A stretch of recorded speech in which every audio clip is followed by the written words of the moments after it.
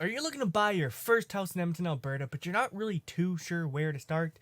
Well, in this video, I'm going to walk you through the entire home buying process step by step. How's it going, Edmonton home buyers? It's Alex Zinowich here with eXp Realty, and today we're going to go over the home buying process just to help you prepare for when you go to make the move. Buying a property is one of the biggest transactions of your life, especially the first one.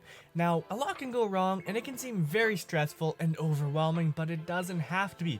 So my goal here is just to help inform you as much as possible to prepare you for when you actually go make the move. But before we get in the video, you guys, just follow me on social media first, right? They should be popping up on the screen somewhere here. Subscribe to the channel, give this video a thumbs up, and comment in the section below what it was like buying your first property. So let's go. All right, so the first thing here is we're just gonna assume you have money for a down payment, all right? That's gonna make everything a lot easier, all right?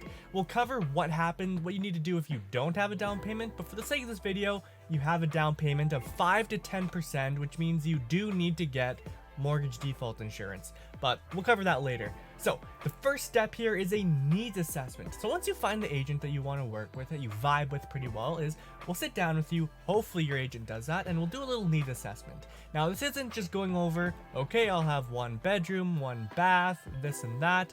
It's much more in depth because in order to help me better find your dream home, I'm gonna need to know everything about you.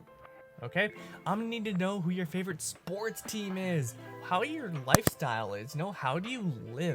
Now, what does your dream home look like to you? These are all really important pieces of criteria, because if I have no idea who the hell you are, what you're like as a person, or what your hobbies are, it's gonna be really hard to provide you the best quality of service that we can possibly provide if we have no information to go on, all right? So we want to make sure that your time isn't wasted, as well as not wasting our own time as well, right? There's no point looking at homes that you end up hating because you're not telling us anything about you. Now that would boil down to the realtor's job, right? They need to be asking these questions, and if they're not, sorry bud. So now, once we narrow down the criteria, right, we know that you're a sports fan, you need a 50 Shades of Grey sex dungeon or whatever, we can go and actually narrow down the results and find the house that fits the criteria. Now once we've done that, we can move on to step 2, which is the most important part here, which is getting pre-approved for financing. Now this isn't you doing a little calculator on BuzzFeed and it's saying, yeah, you can afford $3 million. No, this is you sitting down with a bank, but preferably a mortgage broker, because they'll be able to shop the best rates around and get you the best rate. And what they're going to do is they're going to take a look at all your financials, your finances, your income, your employment and all that. And they're going to submit the mortgage application to a lender. And the lender is going to either come back and say, dude, we're not pre-approving you for shit. Your credit sucks. You subscribe to too many OnlyFans people. No, you're a risk. Or they'll say, okay, you know what? Just looking at all the information that was submitted, we'll pre-approve you for $400,000 at this rate for 30 to 90 days, okay? And you're locked in for that time frame. So now you have around 1 to 3 months to actually go shop around for homes, and you need to be pre-approved, guys. I can't urge this enough. Now, honestly, I would try and get pre-approved before you even talk to a realtor, right? How great would it be just to have all your ducks in order and just start looking at homes like that without having to spend the time to get pre-approved? Now, the reason this is so important, you guys, is because you don't want to look at a house, let's look at a scenario here, okay? Let's say you're looking at a house and, it just checks off all the boxes here, you guys, right? It has the swimming pool, it has, a dartboard, it has a pool table, the ultimate man cave, the perfect little art studio for your spouse, a fun little room for the kids. And you write an offer and you go to the bank and be like, you know what, we want to buy this place. Can we get this? And the bank is going to slam the door on your face and say, no. Because guess what? You didn't get pre-approved. You're going to get crushed. It's going to suck for everybody involved, all right? So you need to get pre-approved so that way we have an actual budget to work with. And you don't want to max out the budget as well. I will talk about that in another video coming up, but get pre-approved, you guys. So next, once we get the pre-approval letter from the lender, we're going to begin the fun stuff, which is 3, the home search. So after we've done the needs assessment and after we've gotten the letter of pre-approval from your lender, we're gonna start looking at homes. Now this is the awesome part, right? This isn't gonna be like on HGTV where you look at one house and boom, you buy it, that's the episode. You're gonna typically look around like 7 homes or so. If you're super picky, like insanely picky, then you'll probably look at like 50, but you shouldn't need 50. You definitely don't need to look at 50 properties, right? You're gonna know the one as soon as you see it. Now, it's really important here when we're actually looking at homes that you're honest with us, right? We want to know, like, do you like this? Do you not like this type of layout in this home? Do you not like lawns or, you know, the exterior of houses that look like this, right? So we need to know what you hate just so we stop looking at houses with fitting that criteria, right?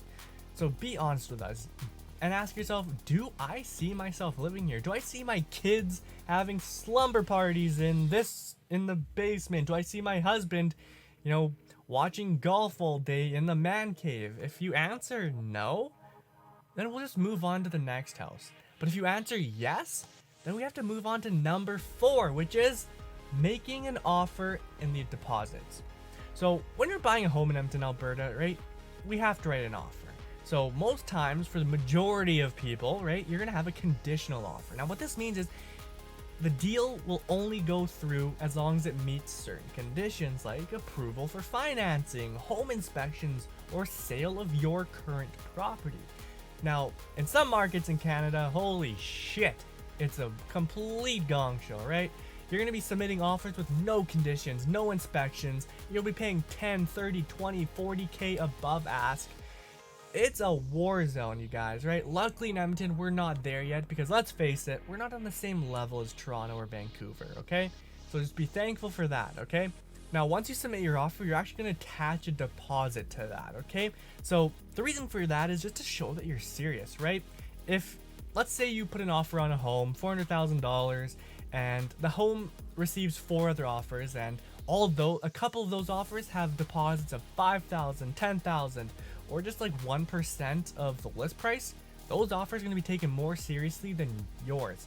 So you don't want to just not show that you're serious. Like if you really love the property, you need to put a strong deposit to say, hey, listen here, asshole, we want this place. We're serious. Come on, give us the deal. So you need to do that. But a very good thing about deposits is they're refundable. So let's say the offer is accepted and you know, it's time for the property inspection, right? Before you actually get the home and the deal closes, the condition for an inspection is still there. So let's say the inspection comes back and the inspection report says, you know what, all this needs to be repaired, and you're thinking, man, do I really want to spend all that time and money and effort on, you know, replacing a bunch of things? No? Okay. And you back out of the deal because you didn't remove the condition for inspection, you get your money back. And we're going to touch on that literally right now, which is 5, the inspections. So once the offer is accepted, right, it's time for the property inspection, assuming you had a condition for inspection. Now, you need peace of mind that the property that you're buying isn't a complete piece of shit, okay? So what's gonna happen is we're gonna have a property inspector come to the property. It's about $500 or so, and they're gonna conduct a visual test examination of just easily accessible things that they can see on the exterior and interior of the house. So after they're all done, they're going to create a property inspection report, which is going to outline the current condition of all inspected items and just anything that needs like major repairs or replacements, and an estimate of when those replacements or repairs should be done, okay? So what they're not going to do, they're not going to walk in there with a sledgehammer and start tearing down walls and digging up carpet and digging outside looking for shit. No. They're only doing what they can visually see. So they're just going to be testing the systems of the house. Like, does a smoke alarm work? Does the furnace have a giant hole in it? Are the pipes leaking and whatnot? Is there asbestos? Is there mold? Just stuff they can visually see inside and outside the house. Now it's up to you to determine whether you want to move forward to purchase the property once they complete the report, right? Maybe you don't really give a shit about, you know, just a couple things that need to be fixed and repaired. It's not that big a deal. Then okay, great.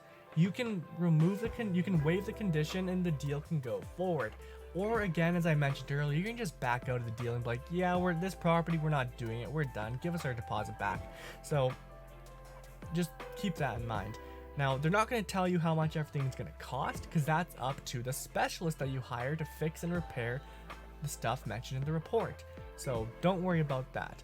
Now, once we do waive the condition here, next we're moving on to 6, which is the loan approval and you being able to close the deal. So hopefully, you know, between getting pre-approved and the deal closing, hopefully you didn't spend $80,000 or get a new car loan, or you know, you just bought a new boat, or you just spent 15 grand on donating to OnlyFans people. Assuming all is good and you didn't screw anything royally up, the lender's gonna approve you for financing. And now it's time to close the deal, baby, right? So that moves on to number 7, which is closing the deal. So congratulations, Todd. You are now the proud owner of a new home. You can now start a new chapter of your life and start making awesome memories with your family. But before you can get your keys though, you have to go to your lawyer and you have to pay them and you have to pay the closing cost. And until then, after that, they'll give you the keys to your house. After watching this video, does the home buying process seem so scary, right? All you're doing is just letting us know what you want in a house and how we can help find your dream home and just guiding you through the process, right? It doesn't seem so scary after all. Now, me guiding you along the way, you're not going to go insane, okay? It's going to be stress-free, but I can't guarantee that there won't be stress because shit does happen. But for the most part, it will be stress-free.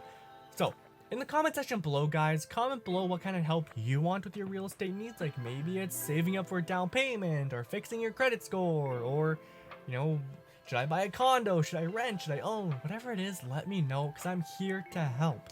So, if you or anyone you know are looking to buy or sell a home in Edmonton, Alberta in the next 30 days, contact me. My information will be down below on screen, and I'll help you out here because my whole goal is to bring you as much value as I can. So, hope you guys enjoyed this video, and I'll see you in the next one.